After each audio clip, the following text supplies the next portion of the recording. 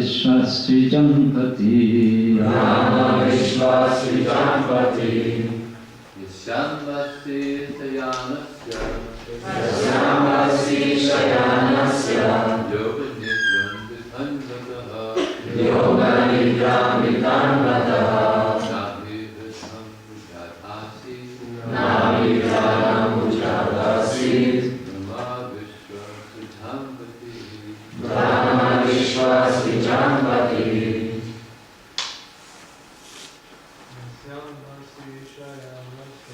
Yasyambasi Shayanasya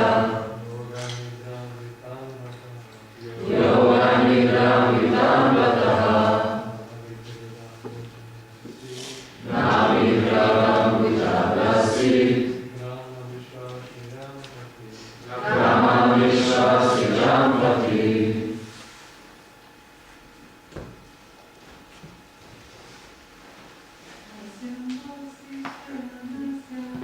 Yasyambasi Shayanasya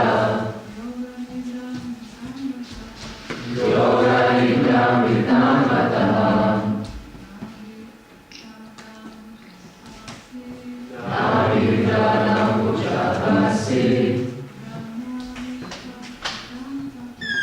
Brahma Vishwasri Jampati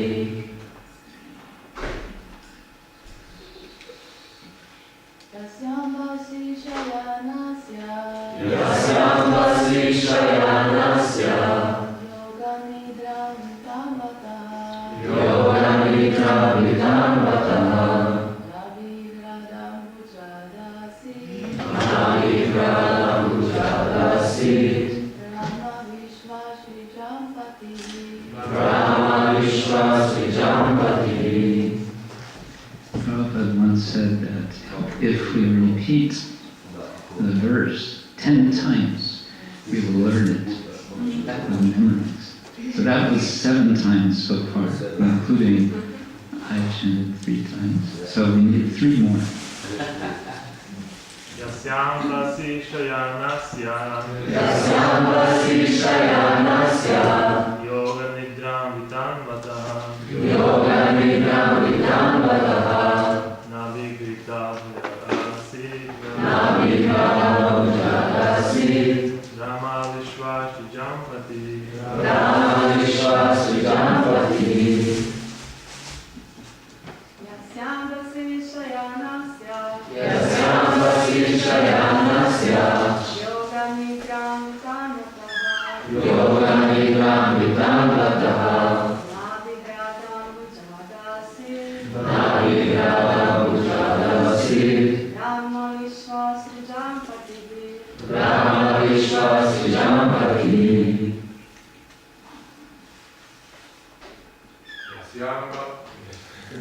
Yasyambasi Shayanasya Yasyambasi Shayanasya Yoga Nidram Vidhanvataha Yoga Nidram Vidhanvataha Navi Vidham Ujadasi Navi Vidham Ujadasi Brahma Vishwasri Jampati Brahma Vishwasri Jampati So now, memorize. You can do it without the word. Okay. We'll test you this afternoon. All right.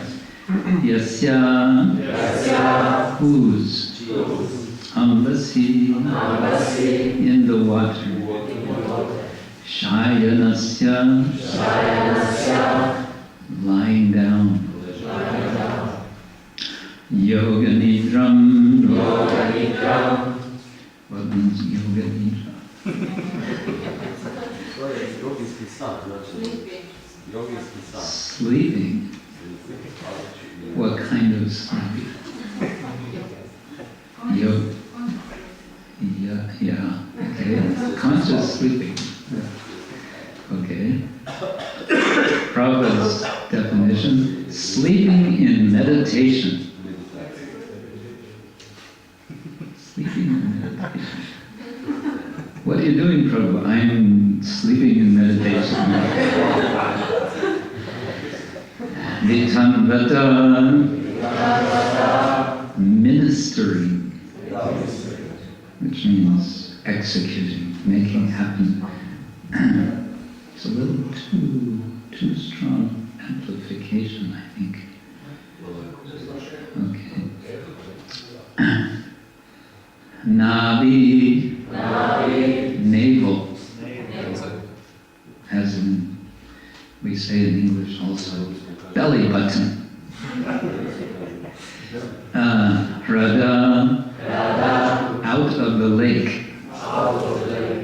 Amujat, from the lotus. Asit, was manifested. Brahma, the grandfather of the living beings. Vishva, the universe. Srijam, the engineers. Pati, master. Translation purport by Divine Grace, A.C. Bhaktivedanta Swami, Srila Prabhupada Ki Jai. Translation. A part of the Purusha lies down within the water of the universe. From the navel lake of his body sprouts a lotus stem. And from the lotus flower atop this stem, Brahma, the master of all engineers in the universe, becomes manifest. Purport. The first Purusha is the Krsna Ksetra Vishnu.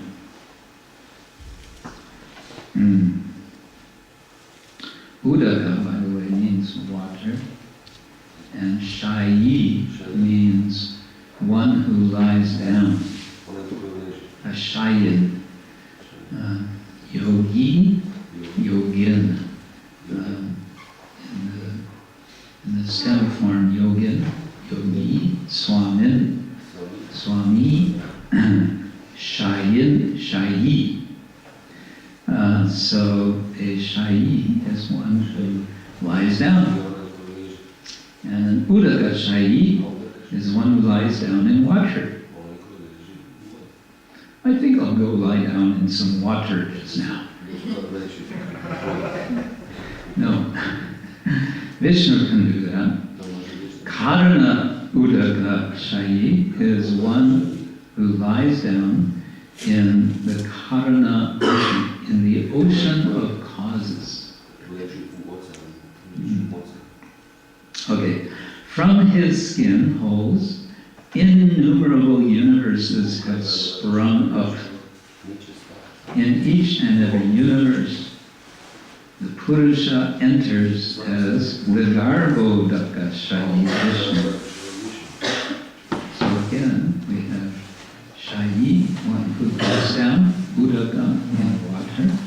Which water? Garbha Udaka, the womb water. Garbha means womb.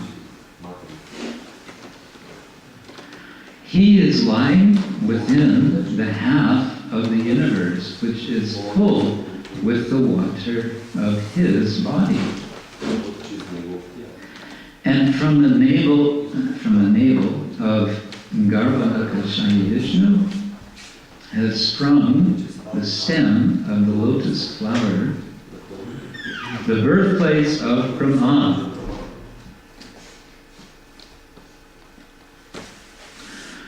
Who is the father of all living beings and the master of all the demigod engineers engaged in the perfect design and working of the universal order.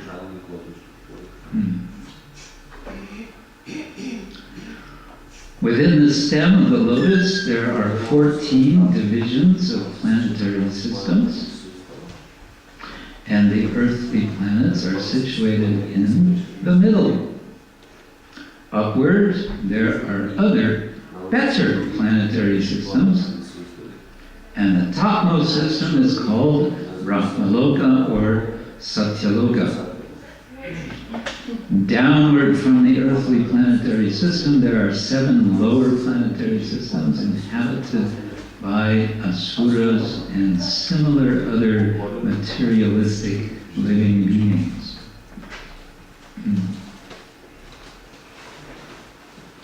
So we're getting a geography lesson.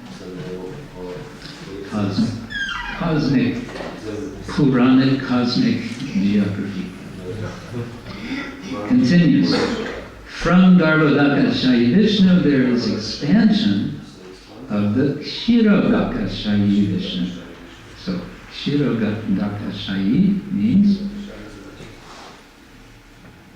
the person who lies down, shayin, on the water, or in the water, of what? The heart. Kshira. What is, yeah, milk. The milk water recliner. That's a name of Vishnu. Milk water recliner. Okay, Kshirodakashayi Vishnu, who is the collective Paramatma of all living beings.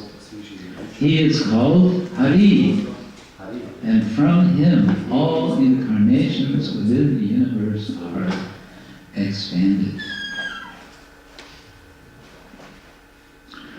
Therefore, the conclusion is that the Purusha Avatara is manifested in three features. First, the Krsna who creates aggregate material ingredients. You know what aggregate means? Aggregate. Collective? Collective, yes. Everything together. All together. All together. Okay. So, Krsna creates aggregate material ingredients in the Mahatattva. Second, the Garbhodakashayi, who enters in each and every universe. And third, the Kshirodakashayi Vishnu, who is the Paramatma of every material object, organic or inorganic. Yeah. One who knows these plenary features. Plenary means total or complete. Plenary features of the personality of Godhead knows Godhead properly, and thus the knower becomes freed from the material conditions of birth, death, disease, and old age, as it is confirmed in Bhagavad Gita. In this shloka, the subject matter of Mahavishnu is summarized. Was it Mahavishnu? Okay. I was thinking it's Garbhodakashayi Vishnu. Mahavishnu, I understood to be another name for Krsna Vishnu. Oh, it seems to give that name to Garbhodakashayi. Okay. In this shloka, the subject matter of Mahavishnu is summarized. The Mahavishnu lies down in some part of the spiritual sky by his own free will. Thus, he lies on the ocean of Karuna. Okay, so Mahavishnu, Karuna. From where he glances over his material nature, and the Mahatattva is at once created. Thus electrified by the power of the Lord. Electrified. The material nature at once creates innumerable universes, just as in due course a tree decorates itself with innumerable grown fruits. The seed of the tree is sown by the cultivator, and the tree or the creeper in due course becomes manifested with so many fruits. Nothing can take place without a cause. The Karna ocean is therefore called the causal ocean. Karna means causal. We should not foolishly accept the atheistic theory of creation. The description of the atheist is given in the Bhagavad Gita, and the atheist does not believe in the Creator, but he cannot give a good theory to explain the creation. Material nature has no power to create without the power of the Purusha, just as a Prakriti or woman cannot produce a child without the connection of a Purusha or man. The Purusha impregnates and the Prakriti delivers. We should not expect milk from the fleshy bags on the neck of a goat.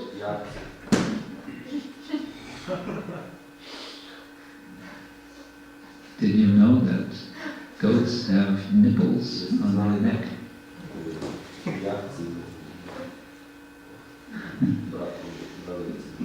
You won't get any milk from them. Similarly, we should not expect any creative power from the material ingredients. We must believe in the power of the Purusha who impregnates Prakriti or nature. Because the Lord wished to lie down in meditation, the material energy created innumerable universes at once. In each of them, the Lord lay down, and thus all the planets and the different paraphernalia were created at once by the will of the Lord. The Lord has unlimited potencies, and thus he can act as he likes by perfect planning, although personally he has nothing to do.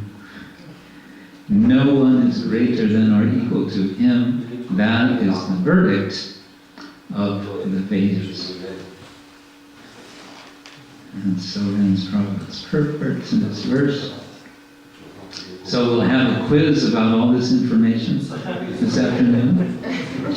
All the different Vishnu forms, Karnadakashayi, Garbhadakashayi, and Kshirodakashayi Vishnu. Okay. Prabhupada once said that if one does not accept the inconceivable potency of the Lord, then one has not accepted the Lord. One has not accepted that there is a Lord, a Supreme Personality. Okay, this is beginning of chapter 3 of Canto 1, so we're very much in beginning chapters of the Bhagavatam. The previous chapter, the subject was devotional service, giving a kind of summary of the process and the results of devotional service, Bhakti Yoga. How one can, by practicing Bhakti, become transcendental to material nature. By hearing, by chanting, by associating with devotees, and like that. So that was chapter 2, and now with chapter 3 comes the subject. So, all right, we're going to do some bhakti, we're going to do some devotion. Who for? Who are we doing it for? For whom? To whom are we offering our devotion? Who is that person who deserves our devotion? And so chapter 3 is going to give us a list of avatars of the Lord. Very briefly, very quickly, there will be an expansion of that list in Canto 2, chapter 7.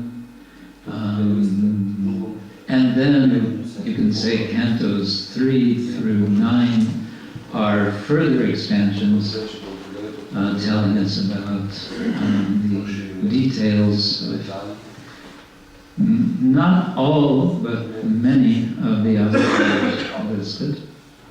Prabhupada has given the title of this chapter as Krishna is the source of all incarnations to point out the verse comes toward the end of this chapter. Ete chansa kala punsa Krishnastu Bhagavan Swayam Indrari Yakalam Lokam Ridayanti Yuge Yuge. After so many avatars have been listed, then Ete cha amsa kala, all these amsas and kalas, these portions and portions of forms of the Lord. These are certainly avatars. Krishna tu Bhagavan Swayam. The word tu means however, Ali.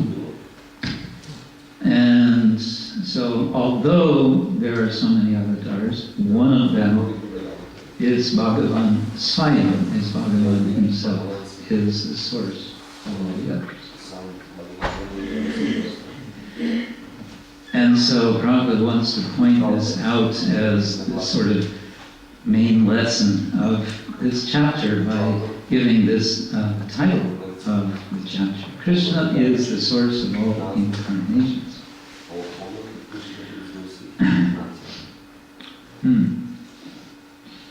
And in the beginning of the chapter, we're getting this kind of overview about the Purusha avatars. We find out there's different categories of avatars, which is all explained in great detail in a book by Srila Rupa Goswami called the Laghu Bhagavatamrita. He goes quite systematically through the different forms. And yes, Purusha, this is one of the categories. Purusha can mean person, can also mean male person. And Prabhupada in his purport seems to be emphasizing that second meaning, Purusha in contrast to Prakriti. Prakriti, usually translated as nature, could also be translated as procreation. Literally, pra, in Latin, I guess, because pro and kriti, what is done, what is created, is made. So procreation, the procreation, that's what we experience. This world is the procreation of Purusha. And Purusha is quite an amazing Purusha indeed, after all. He comes not in one, not in two, but in three forms. And what is he doing? He's lying down and sleeping.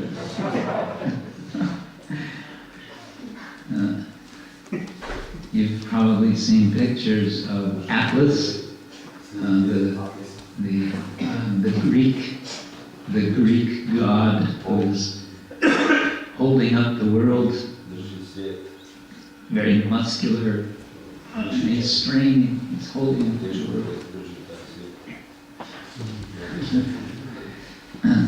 Or Sisyphus, you've heard of Sisyphus?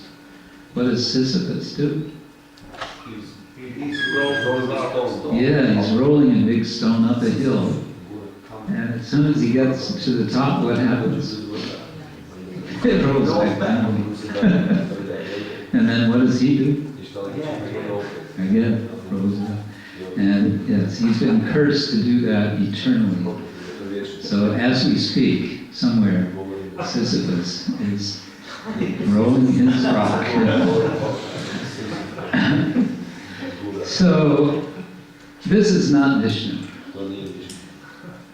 Vishnu is, what is he doing? He's in Yoga Nidra. Prabhupada does not include, doesn't mention this in his translation, curiously. But he does kind of hint at it in his purport toward the end. He lies down in meditation. Yoga Nidra Vitanvata. He's engaged or he's ministering in Yoga Nidra. So this is nice. It's a nice kind of meditation on the Lord. Human beings, of course, we're struggling in this world. We're trying to get a place in the sun, as they say. We're trying to elbow our way into the sunlight. We're trying to catch our breath. We're trying to assert ourselves. We're trying to be this and we're trying to be that.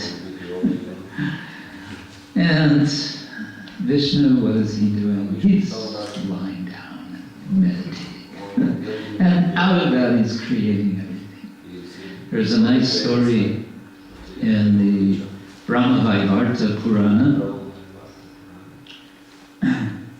As we know, Indra is famous for having killed Vritra.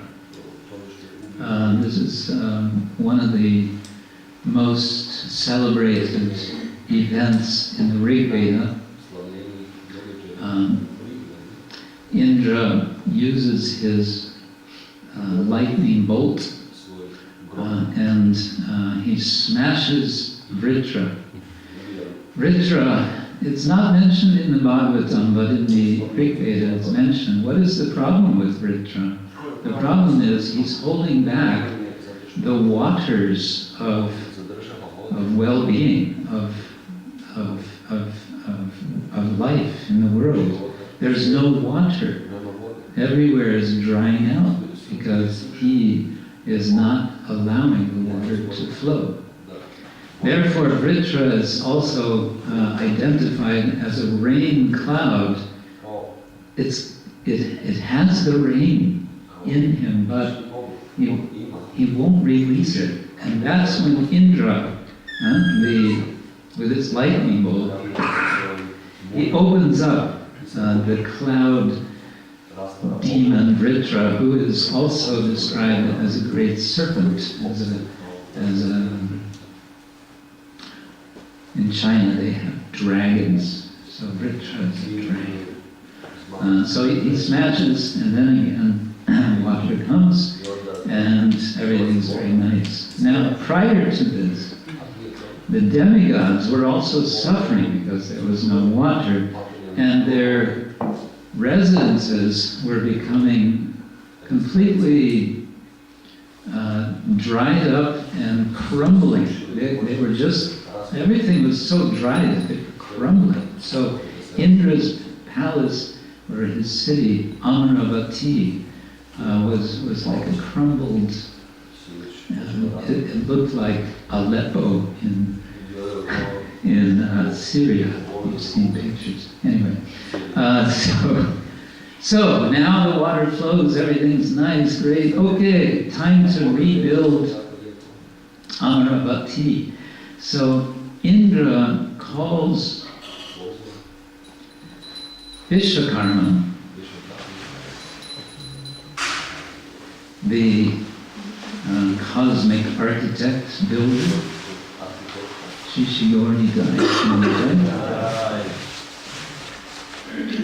And he engages Vishwakarma in recreating the city, wonderful palaces, so many nice arrangements. And every time Indra comes to inspect the work, what Vishwakarma is up to, he says, oh, this is very good, very nice. Now, let's also expand this part. Let's put some nice towers on that end. Let's have a pleasure garden over here. Let's have another palace over there. He he keeps getting new ideas for his Amaravati. Every time, every day, it's some new idea. And after some time, Vishwakarma is kind of getting tired from all of his work, and he's really getting a bit disturbed. So, one day, in secret, he goes to visit Lord Brahma. So Lord Brahma, Indra, there's no end what he wants him to build.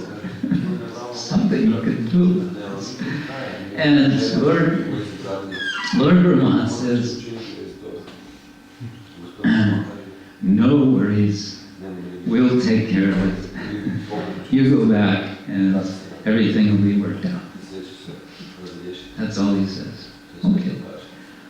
Then Lord Brahma goes to Lord Vishnu. And he explains the problem. And Lord Vishnu just nods and says, we'll take care of it. So one day, Lord Indra is in his palace, and a young Brahmin comes to the door, and he asks the porter, can I please see Lord Indra? And he's a young Brahmin, so Brahmins are highly respected in the court of Indra. He's just like 10-year-old boy. He's very attractive looking, he's very slender. And he has a very deep voice. And Lord Indra rushes forward to greet him. He brings him in, he sits him down, he worships him, he bathes his feet and everything, and then he says, so, why have you come? What can I do for you? And then this Brahmin boy starts to speak. He just sort of muses about how there are so many universes and so many creators that have come and have gone. So many Indras, they have come and they have gone. And he's going on and on like this. And while he's speaking, in the court of Indra, there comes a huge line of ants, sort of marching across the room. And the line of ants is 4 meters wide. So it's thousands of ants. And the young Brahmin looks at this and he starts to laugh. And Indra says, Prabhu, please tell me, what is the joke? What are you laughing about? Please tell me. Oh no, I can't tell you, it is too deep. It is not for you. No, you must, please, you must tell me, what is it? He's really anxious.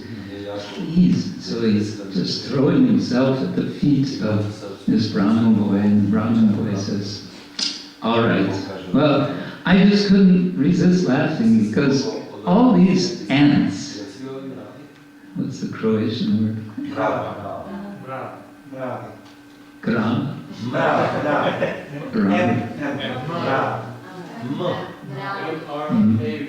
Marava.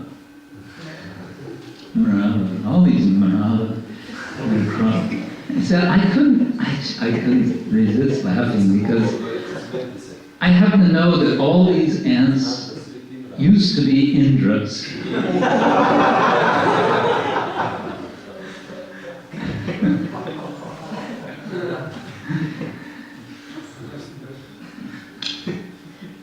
The story has a happy ending. Indra got the point. And he told Vishwakarma, your work is done. Thank you very much. So all this creation, we as human beings, we become so preoccupied with all of our various activities that we think are so important.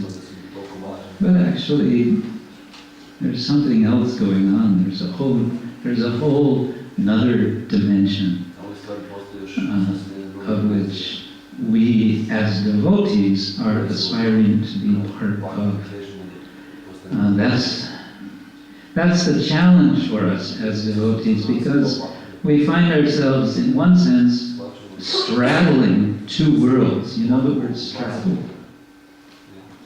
To straddle is to have one foot here and one foot over there. So you're straddling this area in between. You're trying to be here, and you're also trying to be there. And it's a problem, because it's like having your foot on two different boats, and the two boats are going in two different directions.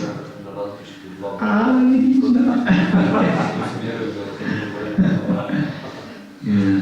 Prabhupada said our devotee is in the world, but not of the world.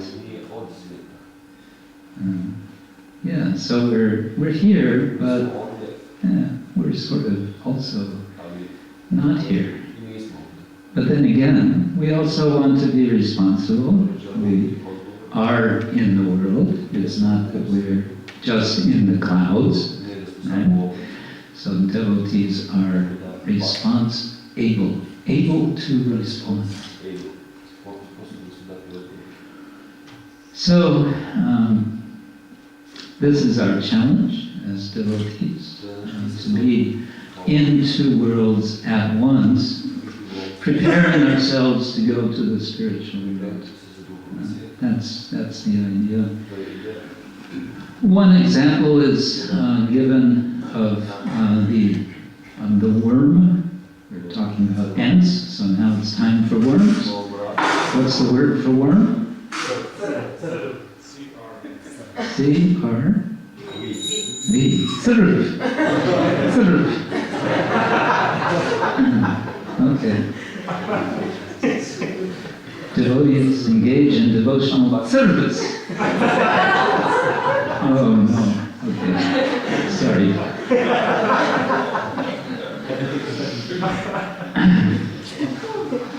Anyway, the surf is crawling on a leaf, and then it's transferring itself to another leaf with part of the body on one leaf and part on the other leaf, until it's enough on a second leaf that it can completely move on to this second leaf.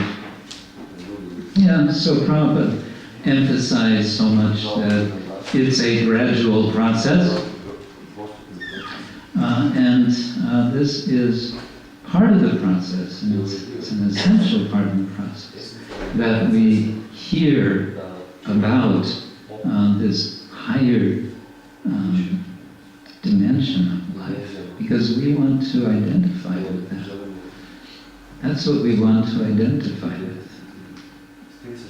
It's difficult to identify with, because it's a bit strange. I mean, God lying down in an ocean, and there's a lotus sprouting out of his navel. Come on. Tell that to the man on the street.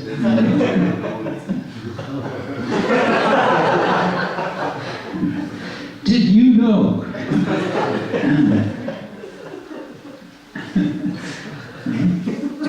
And on top of the lotus, there's the chief engineer of the universe, and inside the lotus stem there are 14 worlds.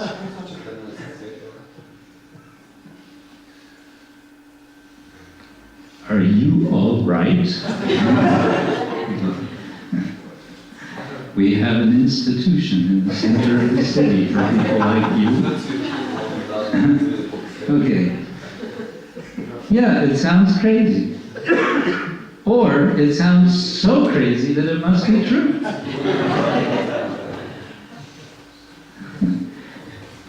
So, as we hear, as we read Srimad Bhagavatam, we want to have our minds, our hearts open to see how could this be true? How could this be as it is? Yeah. And we want to, of course, not linger in the material world. This verse is describing the material world. We want to go to the spiritual world, and there everything is so wonderful. Just one verse from another of the prayers of Narottam Das Thakur. He's addressing Radha and Krishna. This is song number 2 of his Prarthana. And he's praising the Lord in so many ways. He says, "You are well known throughout the 3 worlds. You are always merciful to the fallen and distressed souls. Having heard about your glories from saintly devotees, I happily surrender myself unto you." So having heard about you, your glories from surrendered devotees, I surrender myself to you. If you ignore me, I have no other place to go. And then he says, this is so nice, Jaya Radhe, Jaya Krishna, Jaya Jaya Radhe Krishna, Krishna Krishna, Jaya Jaya Radhe. Nice, huh? Jaya Radhe, Jaya Krishna. Jaya Radhe, Jaya Krishna. Jaya Jaya Radhe Krishna. Jaya Jaya Radhe Krishna. Krishna Krishna, Jaya Jaya Radhe. Krishna Krishna, Jaya Jaya Radhe. Anjali Mastake Dari, Narottama Bhume Hari, Kohe Domhe Purao Manasadhe. Narottam Das has folded his hands and placed them on his forehead, and falling to the ground like a stick before both of you, he says, "Please fulfill my innermost heart's desire." So that's a nice prayer. We all have a heart, believe it or not. Yeah? Do we have a heart? Do you say in Croatian, have a heart? Do you say like that? Yes. Have a heart. Come on, have a heart. So we want to have a heart. And because we already have a heart, we want to show a heart. And we want to, we have in the innermost of our heart, there is some desire, right? Something is there which is longing. And what is it longing for, or whom is it longing for? Well, the Vaishnavas tell us, the saintly devotees, they tell us that who we are longing for is Radha and Krishna. So Narottam gives us the example. He says, "Please fulfill my innermost heart's desire." Purao, make full, make complete. We're all feeling, somehow we all feel a little bit incomplete, or maybe a lot incomplete. So Krishna, Radha Krishna, make us complete. Okay, I suppose we can sort of combine things to say something now about initiation, since immediately following this we will have an initiation rite, a rite of passage. Bhaktamile is going to become somebody else. we will see a transformation before our eyes.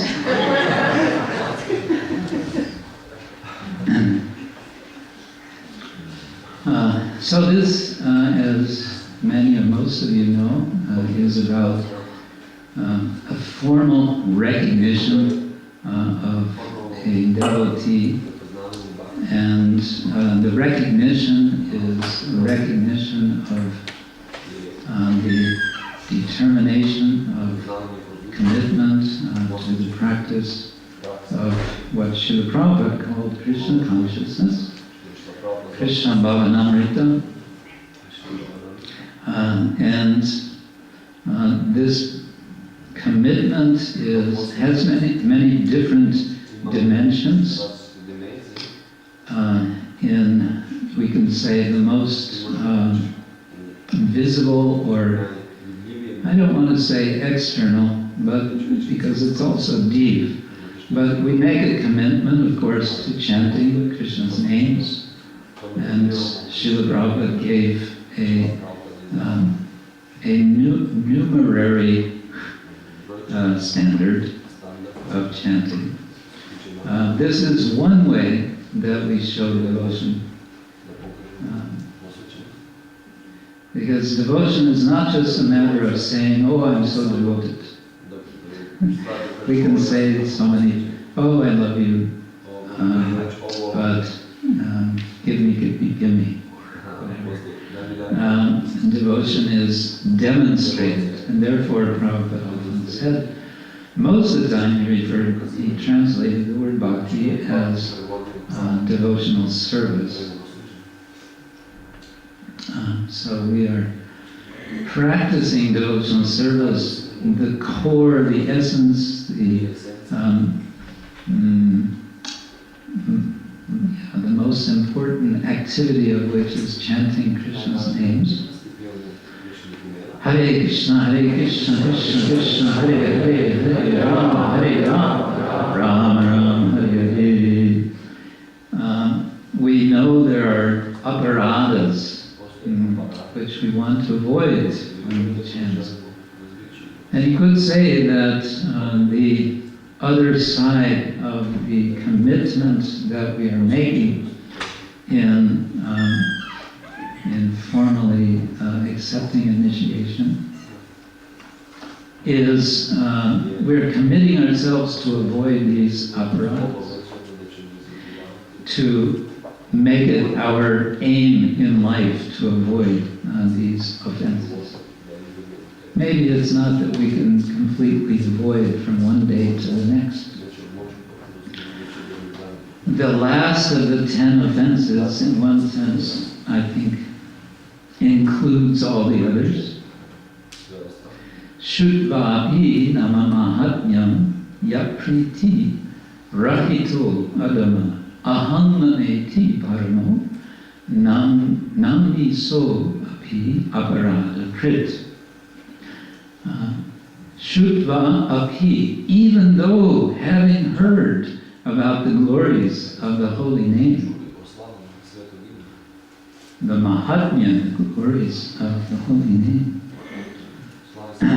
ya priti rahita adama, the person who does not develop affection, priti, who is without rahita, affection, that person is adama. Yeah, adama means sort of like it sounds, really low. Adama. Adama. Literally having no position, having no status, no position.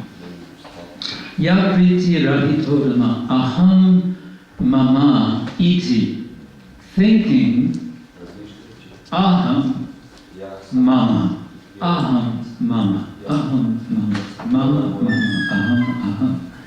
Instead of chanting Hare Krishna, Krishna Krishna, Hare Hare, Hare Rama, Rama Rama, Hare Hare, the person chants aham mama, aham mama, mama, mama, aham.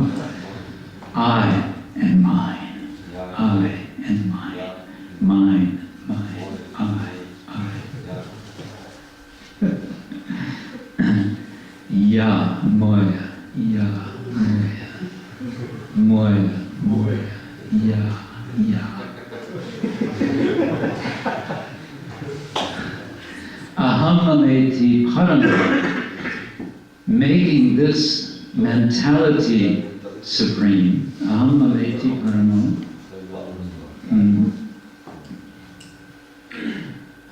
Shudvapi namamahavyam yapriti rahito adama aham ameti param nami saha api aparada krit. That person is a doer of aparada. Now the word aparada we usually translate as offense. And the word offense has a very heavy moral connotation, right? To do an offense is evil, it's bad. You are bad. I have made an offense, I am bad. Or we detect someone else making an offense. That person is bad.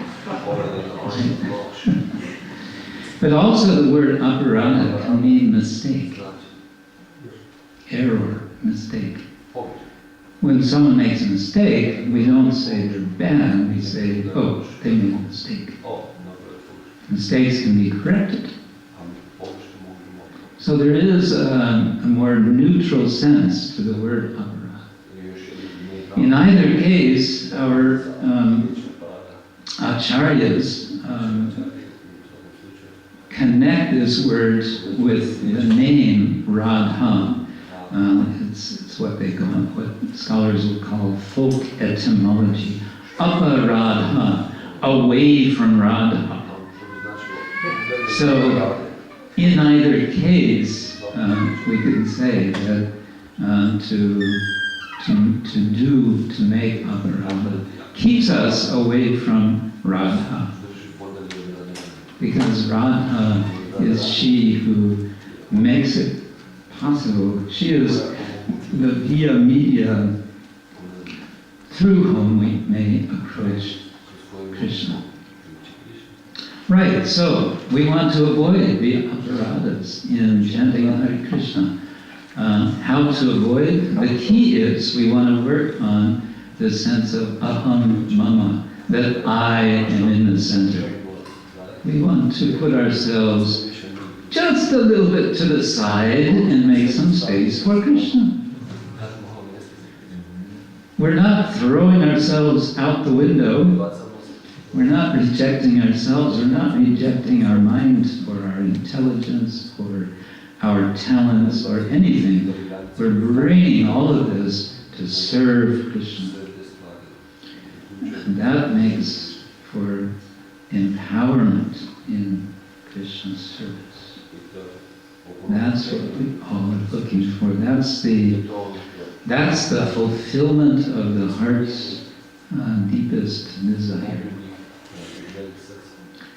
So, yes, on this day, this is a turning point in Bhaktamile's life. Actually, one of possibly many turning points. Uh-oh, he's thinking now, what does that mean? And so we'll be asking, or we are asking, for the blessings of all the Vaishnavas, for the acceptance of Mile into the society of devotees. What do you think?